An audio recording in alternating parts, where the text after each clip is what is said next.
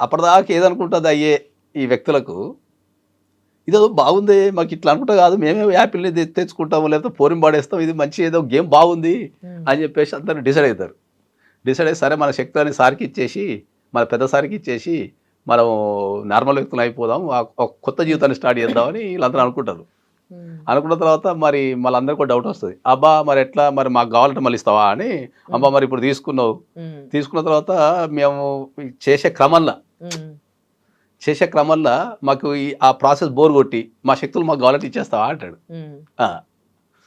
అన్నప్పుడు ఆ కురువృద్ధుడు ఏం చెప్తాడంటే ఏంటంటే మీరు చేసే క్రమంలో ఒకవేళ మీరు చేసే క్రమంలో మీకు బోర్ కొట్టింది అనుకోరా నేను ఇచ్చేస్తా కానీ ఒక కండిషన్ మళ్ళా. ఎందుకంటే ఇప్పుడు అందరికీ ఇప్పుడు 100 మంది ఉన్నారు, మీరు 100 మందికి బోర్ కొట్టాలని రూల్ లేదు కదా. నేను చెప్పే ప్రాసెస్ 99కి నచ్చి ఒక్కరిని బోర్ కొట్టింది అనుకో ఆ ఒక్కరికే ఇస్తా కానీ కండిషన్ ఏందా కండిషను, మీ శక్తులన్నీ తీసి నేను ఒక దగ్గర దాస్తా.